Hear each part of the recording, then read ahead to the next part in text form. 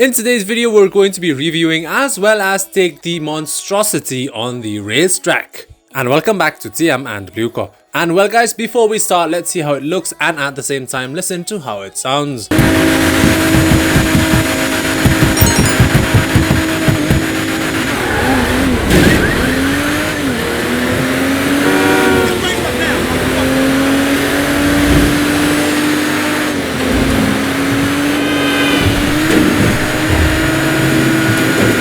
And now on to the review, and starting off with the acceleration as always. And when it comes to the Monstrosity, I feel like the Monstrosity is a very good car when it comes to acceleration. It launches off the line pretty well and accelerates very hard all the way up to the mid-end. But after that, at the top end of the rev range, it does lack a bit of power. But honestly guys, since it is an off-roader, it doesn't really need that much of a top end, just more of a low and mid-end performance, and that it does deliver. So yeah, when it comes to the acceleration, I'll give it a thumbs up.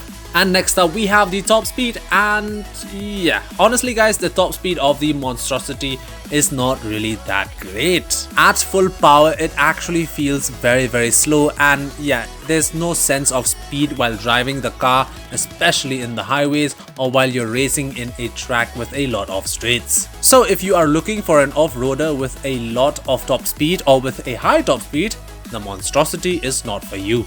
But of course, let's not forget, for an off-roader, the Monstrosity is actually a good car, and the top speed is also pretty respectable. But when compared to other cars, of course, it's not that good. But nonetheless, an off-roader is an off-roader, and I'll compare it with other off-roaders. Anyways, moving on, now on to the handling. And well guys, I have mixed opinions on the Monstrosity. So the handling of the Monstrosity in free roam is a bit weird. Like on the streets, it actually handles pretty well, but on an actual track like a racetrack, it's actually not that good.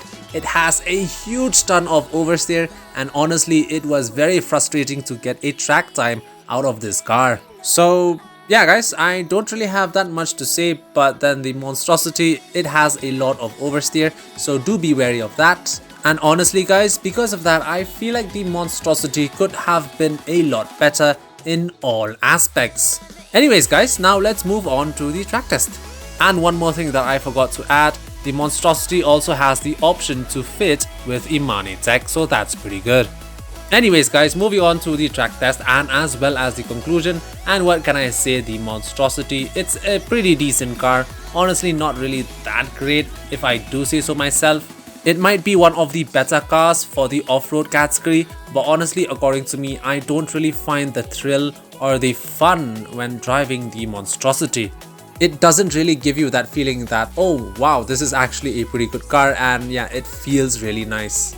Because in reality, it actually feels very dull and very boring.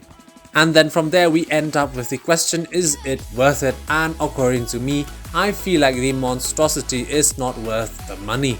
For the amount of money that you're paying for the Monstrosity, you can easily get a way better car and a way more fun car. So yeah, not really much to say about the Monstrosity, not a fan of it. Some people are like huge fans of it, but honestly, according to me, I'm not really one of those people. But nonetheless guys, at the end of the day, the Monstrosity is a pretty decent vehicle. And well guys, now on to the track test, and after a few multiple attempts, I have gotten a best time of 3 minutes and 17 seconds, which is honestly not that bad for an off-roader. It's actually pretty good if I do say so myself. Not even close to, let's say, maybe the jogger, but I'd say it is above average, or average. Anyways, now on to the drag race, and well, what we do here is basically where we race in a straight line until we finish the race. And after a few multiple attempts, I have gotten a best time of 32.8 seconds, which is actually a pretty good time. And well guys, with that we come to the end of the conclusion of the Monstrosity. Honestly, a pretty decent car, but at the same time I would not recommend it because it doesn't really feel that nice to drive, and also the oversteer is not really that good of a thing. It is very unpredictable and it oversteers at a very bad time. So yeah guys, the Maibatsu Monstrosity. And well guys, with that we come to the end of the video. I hope you liked the video guys. leave a like, leave a comment down in the comment section, subscribe, and of course turn on the bell notifications so that you'll be notified every time I drop a new video. And well guys, with that, TM and Blue Bob signing out.